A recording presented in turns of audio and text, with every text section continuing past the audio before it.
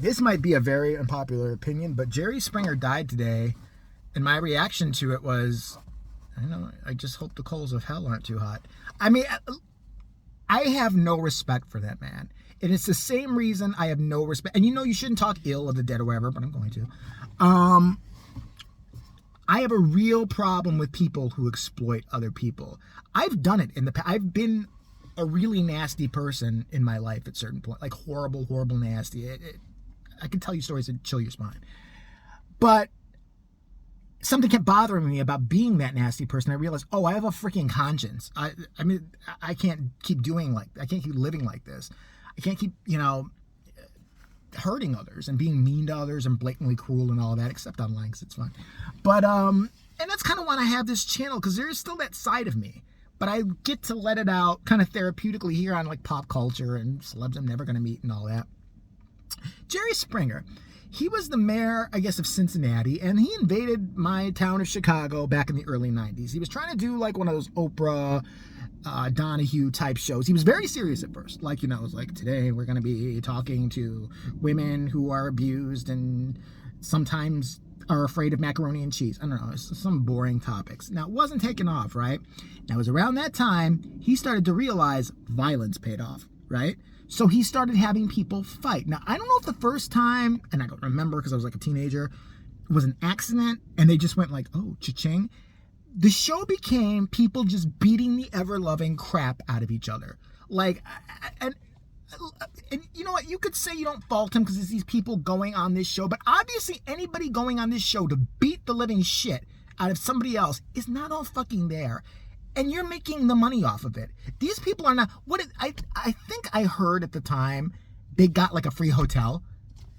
What, to ruin their fucking lives? Your kids are going to see that shit someday, you piece of shit. It's like Maury with his like, who's the baby daddy thing. You think these kids that aren't going to watch this someday and see their parents be like, no, that little fucker's not mine. I got nothing to do with him. Yeah, look at him. He's got ugly now. He's an ugly baby. His mom's a slut. Blah, blah, blah, blah. You think they're not going to see that someday and suffer from that internally and have to go through like some psychological counseling because your ass wanted to make money and you have no other discernible talent other than to exploit people? Springer's the same fucking thing. Springer starts doing the fights regularly. Every fucking episode. Go look it up on YouTube. Now, again, I lived in Chicago. I, for a while, was like, big deal. They're probably actors. They're probably actors just faking the fight. I didn't watch it that much. I wasn't really into it or whatever like that. And then I went to a taping of a Jerry Springer show because, again, I was under the illusion. I'd been to a couple tapings. We didn't have much to do in Chicago. Like, it was Oprah. You couldn't get in there. There was like an 80,000 year waiting list and you had to give up your firstborn just to get in the door. So when I'd have people come in from out of town, like cousins and stuff, they would, I want to go to the show. I want to go to the show. So you had like Jenny Jones, him, I think maybe Judge Mathis or somebody else. There were a couple of things you could do. Everybody wanted to see Springer. So those tickets were actually surprisingly easy to get. I don't know, just because I lived here. I remember you just call this hotline. They'd call you back with a day, say don't wear the color white, and you show up. So we did. And I remember I got put in the front row. And my cousin's like freaking out. She's from Oklahoma. She's sitting there, she sees a camera. She's excited. She's just dirt and land out there. She's like, oh my God, we're in the front row. Oh my God, I didn't put on my makeup. Oh. She's like making herself up like 10 minutes before the show's going to start and all that. And we're on camera most of the time because very front row center, right? Sitting next to Steve, real winner there too. We'll get there in a second. Who is actually a Chicago cop or was. I don't know if he still is. And I remember the first fight starting and seeing it and was like, these fights are fucking real.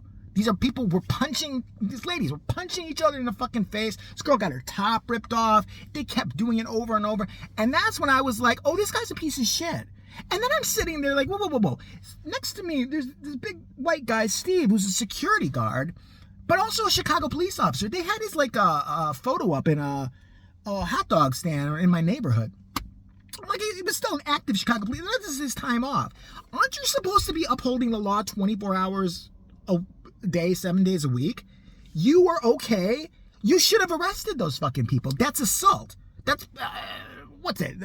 Acting an ass in public. I forget what that charge is called or something like that. You sat there while people beat the crap out of each other, and that was an unlawful act. So you were a shitty cop. Right?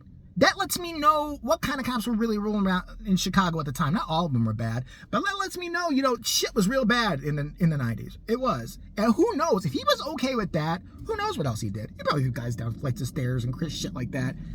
People probably got accidentally hurt, on the way to jail and all that shit. Especially minorities. Who knows? I don't know. I'm just saying, there were such topics. Remember the one with the woman in labor? They had a woman in labor who was clearly 9 months pregnant, no joke, who was fighting other women that came on the stage. She couldn't control herself. Something was fucking wrong with this chick. She had nothing going on. And as soon as a woman came on stage, and Jerry Springer's ass, what up? Now remember, we're going to be peaceful. You know you're not going to be peaceful. You know you're a fraud. You know you're a liar. That's why you brought this chick. You tell me there was no pre-screening interview to see that she's whacked out of her freaking skull? Yeah, I'm 9 months pregnant, but I want to confront her and tell her she can't have my man. And she went and she would start fighting this other girl who I'm sitting there like, I'm sorry that the chick is pregnant, but if you're beating me up, I'm supposed to just sit there and take it? I don't think so. How about not book her? But, that would have been wrong and everything. That would have been the decent thing to do. So why would he do it?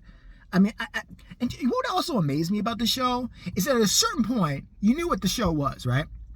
And these dum-dums would go on there and always act like there was the possibility of good news. That just always stunned me. Like, everybody knows at this point, there's fights of galore. There were like riots in the audience with the Klan and stuff. People are throwing chairs. Someone could have got hit by a chair and knocked the frick out and hurt.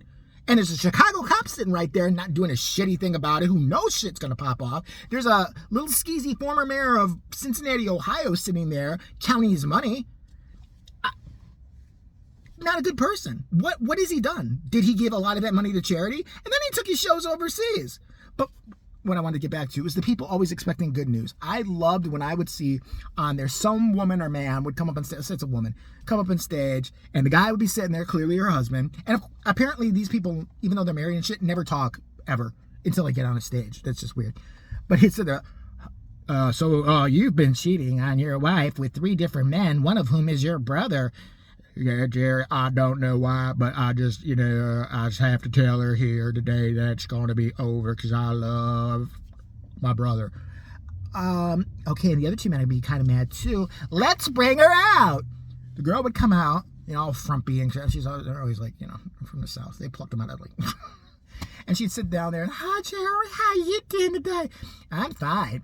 Bo over here has something to tell you. Don't you, Bo?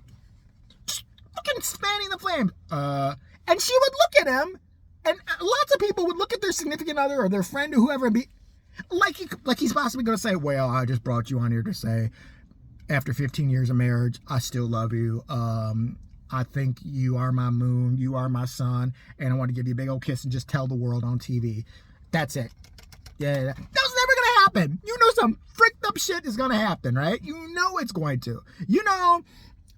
Some dude dressed up as a chick is going to come out and start kicking you in the head. It's my man. It's my man. And the things these fucking grown adults would fight over was just, and first of all, I would never fight over a lover. I'm sorry. If you want that motherfucker or girl or whoever so bad, take them. Because if they're already fucking around, they obviously aren't loyal to you in the first place. What are you beating up the other motherfucker for? Beat up that dude. But, with Jerry, it's just like, you made your money off misery. You made your money off of exploiting people who needed some money. I'm sure nobody in an upper tax bracket was on your show beating up another human being. And nobody on your upper tax bracket was, throwing turkey and, dinners that were clearly set up for them to food fight on each other. That's not that bad. But nobody was there to humiliate and in an upper tax bracket and say this kid doesn't belong to me, and the kid trash talk their family and stuff like that. You probably broke up families. You made millions and millions of dollars doing it. And now I'm supposed to feel bad you were some kind of pioneer and that you pieced out. I hope all is forgiven in the afterlife, and that's all I can really say, because he just wasn't a great person.